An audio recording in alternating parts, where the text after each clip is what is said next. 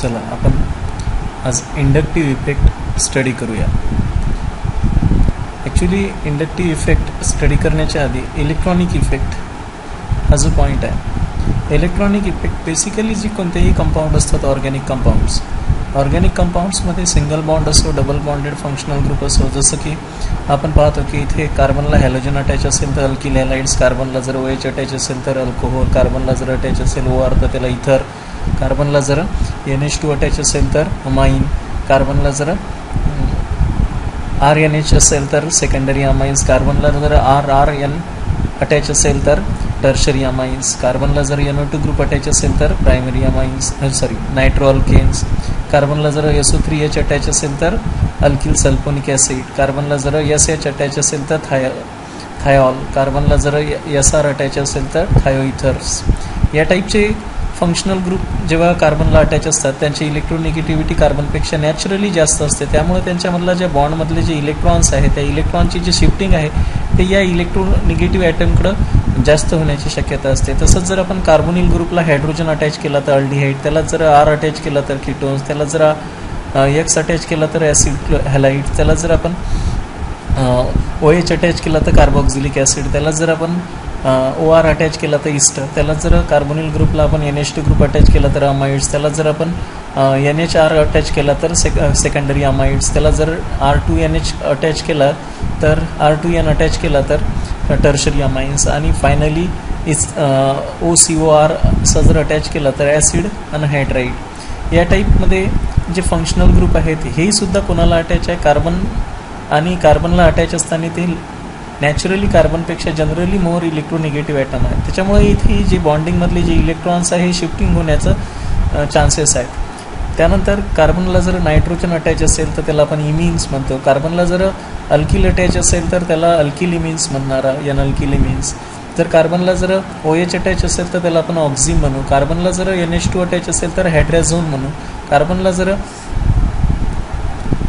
Carbon nitrogen बॉन्डमध्ये जर N आणि phenyl group असेल तर फिनिल हायड्राझोन असं म्हणणार आहोत आपण. सिमिलरली 2,4 डायनायट्रो फिनिल हायड्राझोन आणि सेमी कार्बॅझिन या टाईपचे अल्के.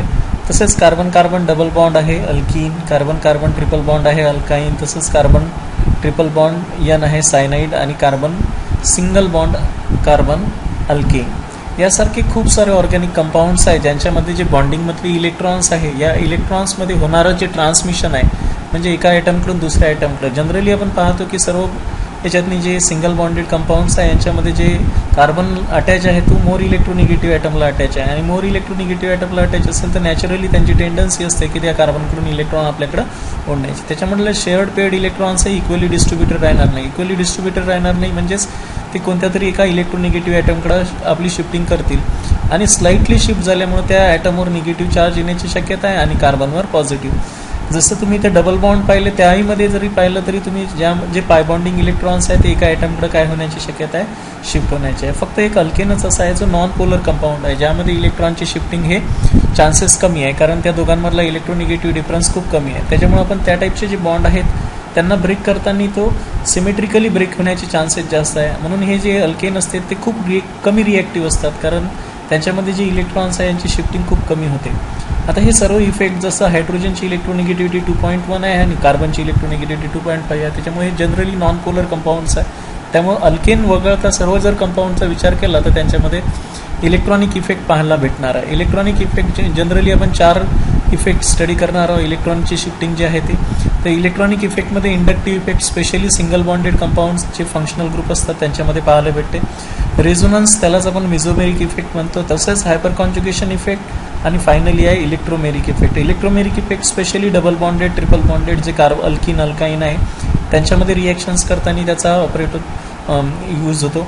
आता हे जे इफेक्ट आहे आपण इलेक्ट्रॉनिक इफेक्ट हे याच्यासाठी पाहणार आहोत की या इफेक्टमुळं आपल्याला बऱ्याचशा गोष्टी अशा आहे की ज्या रिॲक्शनमधले स्टॅबिलिटीची पार्ट असेल, रिॲक्टिव्हिटीची पार्ट असेल, म्हणजे खूप सारे फॅक्टर आहेत जे या इलेक्ट्रोमेरिक इफेक्टमुळे आपण काय करू शकतो, सॉल्व्ह करू शकते. जसं इलेक्ट्रोमेरिक इफेक्टमध्ये आपण जर पहिला इंडक्टिव्ह इफेक्टचा विचार केला तर इंडक्टिव्ह इफेक्ट हे दुसरा रेझोनन्स इफेक्ट, तिसरा हायपर कॉन्जुगेशन इफेक्ट आणि चौथा इलेक्ट्रोमेरिक इफेक्ट. त्यातला आपण पहिला इंडक्टिव्ह इफेक्ट पाहूया.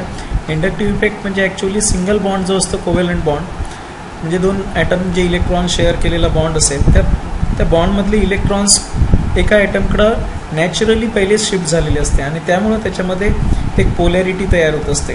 आणि एक्स हे जर मोर इलेक्ट्रोनिगेटिव्ह ॲटम असेल तर तो आपल्याकडे शेअर्ड पेड इलेक्ट्रॉन्स नॅचरली ओढून घेईल आणि ओढल्यामुळे त्याच्यावर पार्शल निगेटिव्ह चार्ज क्रिएट होईल, त्या आणि कार्बनवर पार्शली पॉझिटिव्ह. ऑलरेडी हे परमनंट पोलरायझेशन तयार होईल या मॉलिक्यूलमध्ये आणि म्हणूनच आपण इंडक्टिव्ह इफेक्ट हे परमनंट पोलराइज इफेक्ट असंही म्हणू शकतो की यामध्ये दोन ॲटममध्ये जे लार्ज इलेक्ट्रोनिगेटिव्हिटी डिफरन्स असल्यामुळं जे शेअर्ड पेड इलेक्ट्रॉन्स आहेत ते मोर इलेक्ट्रोनिगेटिव्ह ॲटमकडे शिफ्ट होतील आणि त्यामुळं त्याच्यामध्ये परमनंट पोलरायझेशन तयार झालेलंच असेल.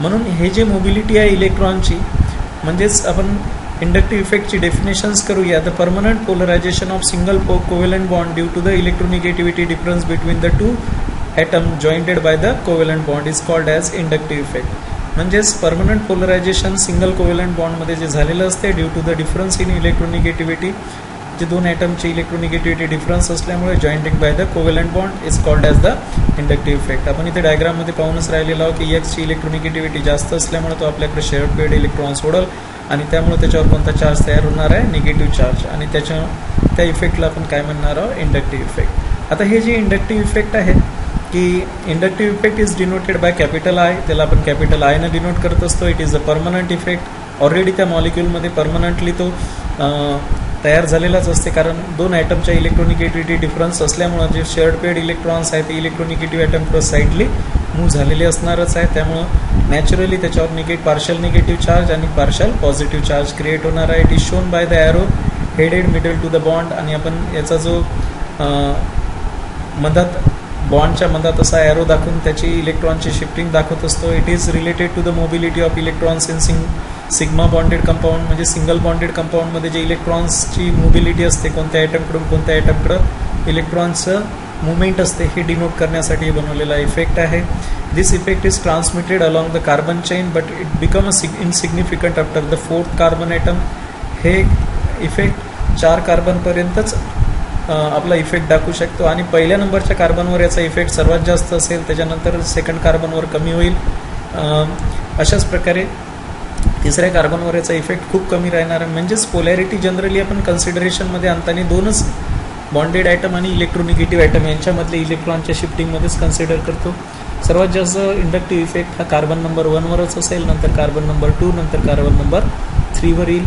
Attacking reagent is not required. इथं आपल्याला असा नवीन कोणता एखादा रिएजंट त्याच्या जवळ नेण्याची गरज नसते पोलॅरिटी तयार करण्यासाठी. परमनंट पोलरायझेशन तयार झालेलं असते. It is transmitted of shared paired electrons within the cell. यामधून इलेक्ट्रॉन्स कंप्लीट सेलच्या बाहेर जात नाही, म्हणजे आयन तयार होत नाही कंप्लीट, फक्त ते थोडेसे आपल्या ऑक्टेटमधून शिफ्ट होतात स्लाइटली एका ॲटमकडून दुसऱ्या ॲटमकडे. त्याच्यामुळे हे विदिन द इलेक्ट्रॉनची जे शिफ्टिंग होत असते ते त्याच्या ऑक्टेटमध्येच होत असते बॉन्डेड ॲटमच्या. त्यानंतर this effect bring a change in the physical property such as the dipole movement. हे मॉलिक्यूलमध्ये जे डायपोल मुवमेंट आहे त्यासाठी हे सर्वात महत्त्वाचा इफेक्ट आहे आणि यामुळे बऱ्याचशा फिजिकल प्रॉपर्टीवरही फरक पडते की सोलिबिलिटी, जसं एखादा पोलर कंपाऊंड असेल तर त्याची वॉटरमध्ये सोलिबिलिटी जास्त असेल आणि नॉन पोलर कंपाऊंड असेल ज्याच्यामध्ये पोलॅरिटी कमी असेल तर त्याची सोलिबिलिटी कमी असेल. तसंच it is observed in single covalent bonded form by the different electronegative atom. Hydrogen is reference for the inductive effect. आता इंडक्टिव्ह इफेक्ट दोन प्रकारचे असतात, पॉझिटिव्ह इंडक्टिव्ह इफेक्ट आणि negative inductive effect. Positive inductive effect generally reference point म्हणून आपण hydrogen घेत असतो. हायड्रोजनपेक्षा ज्याची इलेक्ट्रॉन देण्याची टेंडन्सी जास्त असते त्याला आपण पॉझिटिव्ह इंडक्टिव्ह इफेक्टिंग ग्रुप म्हणत असतो. मेटल जनरली पॉझिटिव्ह इंडक्टिव्ह इफेक्टच दाखवतील कारण ते कार्बनपेक्षा लेस इलेक्ट्रोनिगेटिव्ह असतील, त्याच्यामुळे आपल्याकडून इलेक्ट्रॉन ते दुसऱ्या ॲटमकडे शिफ्ट करण्याचा प्रयत्न करतील.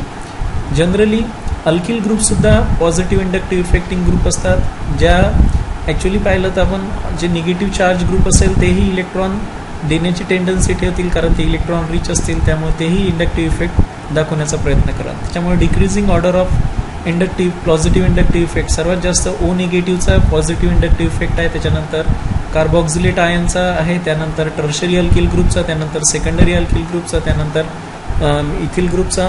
स्पेशली हायड्रोजन आणि ड्यूटेरियममध्ये ड्यूटेरियमचा पॉझिटिव्ह इंडक्टिव्ह इफेक्ट जास्त आहे, म्हणजे आपल्याकडून इलेक्ट्रॉन दुसऱ्याकडे डोनेट करण्याची टेंडन्सी त्याची जास्त राहणार आहे. म्हणून आपण पॉझिटिव्ह इंडक्टिव्ह इफेक्ट म्हणजे the atom or group which push the shared pair electrons away from itself, जे स्वतःकडून आपल्याकडे इलेक्ट्रॉन दुसऱ्याकडे देतात. Thus acquire the partial positive charge is called as positive inductive effect. आपण इथे पाहूनच राहिलेलो पॉझिटिव्ह इंडक्टिव्ह इफेक्ट.